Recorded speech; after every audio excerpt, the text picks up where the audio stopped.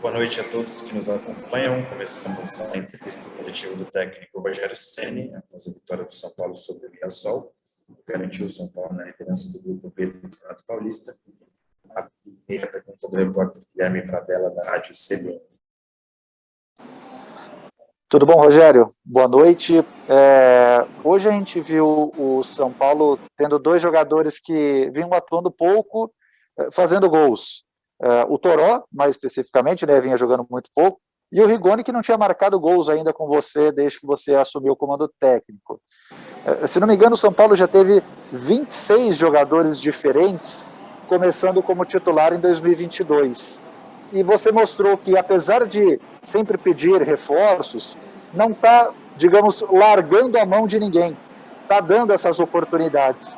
Queria falar se esta atitude é muito pela questão física ou se o trabalho do treinador passa também em recuperar os jogadores, fazer com que eles retomem a confiança para você ter opções durante a temporada.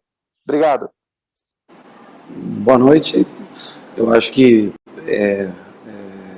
poder dar oportunidade sempre para os atletas, principalmente atletas que foram formados no clube, né, que é o caso do Toró, importante. É um campeonato puxado, começa a emendar a Copa Sul-Americana, junto com a fase decisiva do Paulista. Daqui a pouco já vem o Campeonato Brasileiro, Copa do Brasil no meio de semana. Eu prefiro sempre trabalhar com elenco, no máximo com 25 jogadores, né? Para mim, uma experiência nova também trabalhar com bastante gente, porque às vezes você deixa de dar atenção no dia a dia para um ou outro jogador, o que a gente não quer. Eu sempre, quando jogava, eu prestava muita atenção nisso, para que todos fossem tratados da mesma maneira e tivessem, né, o mesmo tempo, cada um, de trabalho, treinamento. Essa está sendo a maior dificuldade. Mas, diante de tempo curto de jogos, que nem hoje o Toró, como você falou, não vinha nem sendo relacionado, hoje teve oportunidade, volta a aparecer, voltam a falar nele. Eu acho que é importante para o clube, para a carreira dele. Rigoni, fico muito feliz, porque é um menino muito bom de se lidar no dia a dia, um cara que está sempre de bom humor, talentosíssimo. Eu acho que o gol pode trazer mais confiança para ele, porque nós vamos precisar dele ao longo do campeonato, né, ao longo dos campeonatos. Então fiquei muito feliz pelo gol do Rigoni, os dois entraram bem no jogo. Aqui é um jogo sempre difícil, eu falei antes do jogo, que era uma das melhores equipes do interior que eu tinha visto jogar, e a gente conseguiu um resultado positivo, com jogadores que vieram do banco fazendo gols. Só traz coisas boas para a gente. Repórter Aline Fanelli, Band News FM. Oi, Rogério, boa noite. O Pablo Maia foi titular nos últimos 7 jogos, né? Parece que te deu ali uma opção mais fixa para esse seu sistema de jogo. Então, eu queria que você falasse um pouquinho sobre ele, desse encaixe que ele te deu na equipe, e também de como ele vem com relação à questão física, já que estava numa temporada com a equipe da base antes de se juntar ao seu elenco. É verdade, eu acho que é um jogador que pode, pelo fato de ter jogado a Taça São Paulo, apesar de ser garoto, né? Então eu, por exemplo, jogava a Taça São Paulo e já emendava treino como profissional quando era mais jovem. E para mim era uma alegria, né? Porque nessa idade você ter uma oportunidade de jogar no profissional, eu acho que é um motivo de orgulho e supera qualquer cansaço. Hoje, eu queria ter colocado o Luan 30 minutos. O Luan treinou na sexta-feira comigo 30 minutos e eu tinha a convicção que queria usá-lo hoje.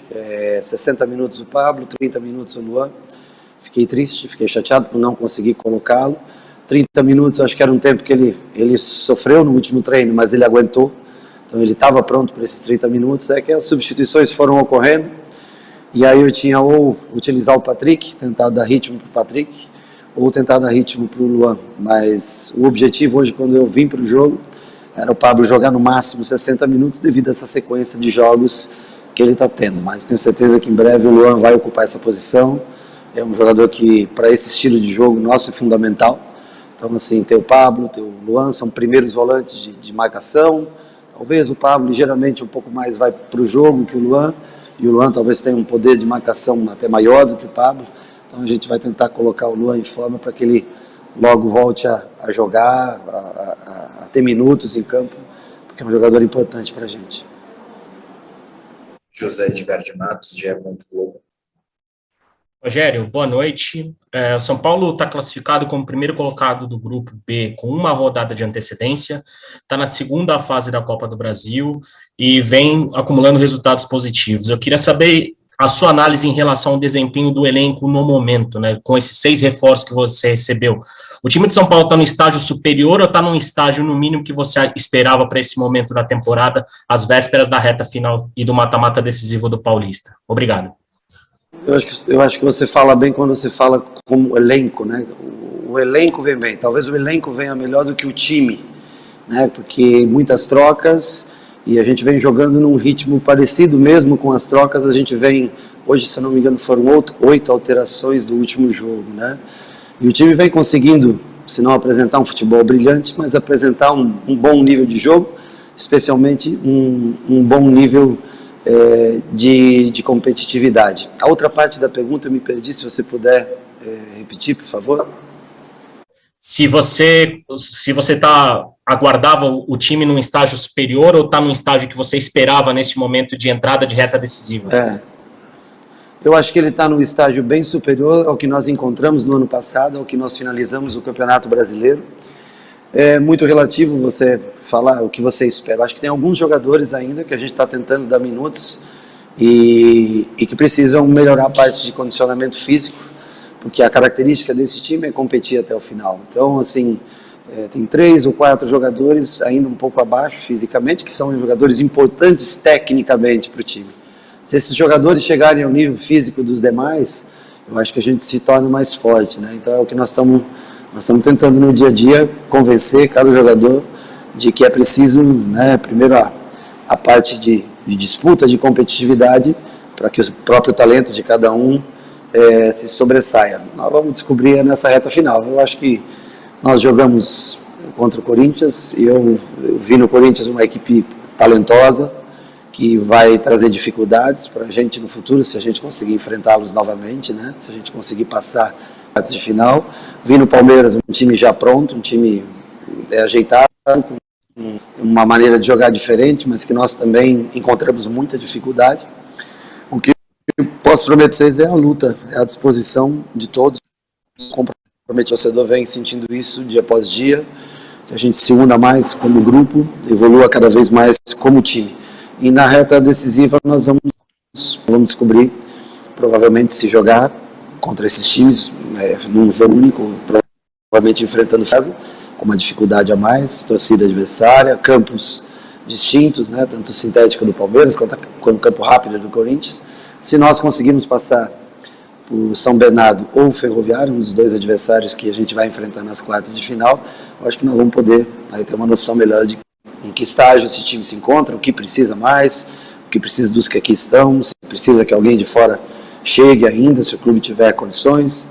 É uma análise que nós só vamos desenvolver provavelmente nesse mês de março, começo de abril. Felipe Ruiz, TV Globo.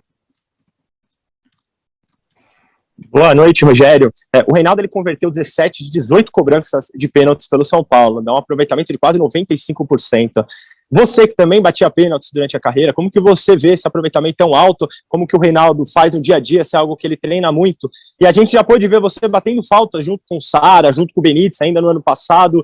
Então eu queria saber como que é o Ceni, a atenção, o carinho que o Ceni dá no dia a dia com a bola parada, toda essa atenção que você tem. Obrigado. Boa noite. Eu gosto muito de trabalhar a bola parada, faltas frontais. Sara gosta muito de trabalhar isso. Rigoni tem muito talento para isso. E o Reinaldo, como batedor de pênaltis, é bem superior a mim quando eu jogava. Ele tem aproveitamento de 90%, 95%, eu tinha aproveitamento de 80% mais ou menos quando batia.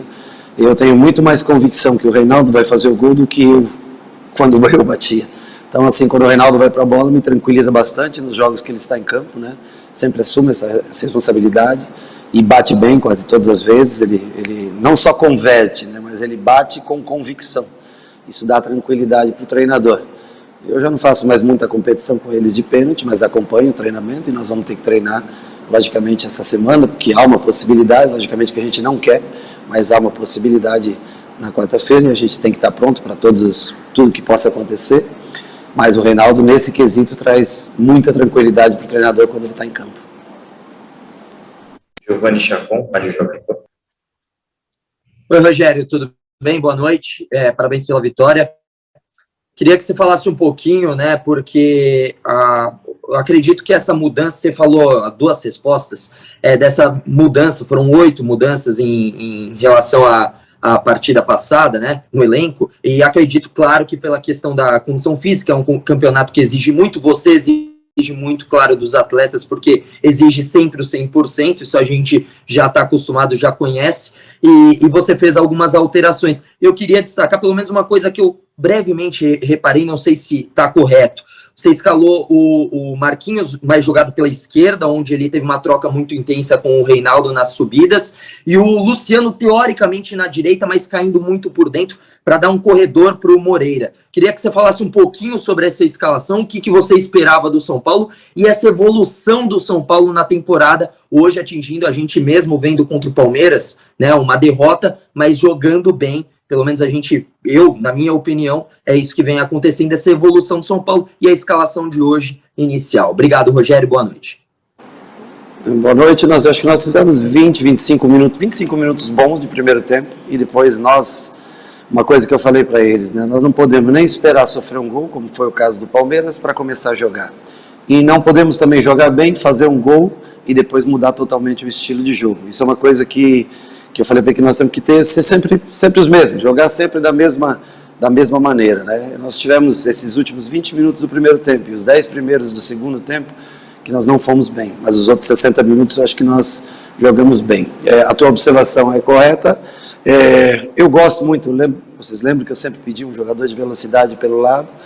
O Reinaldo, ele já não tem, principalmente num calor como esse, a condição de passar todas as vezes no fundo, né? De chegar todas as vezes no fundo.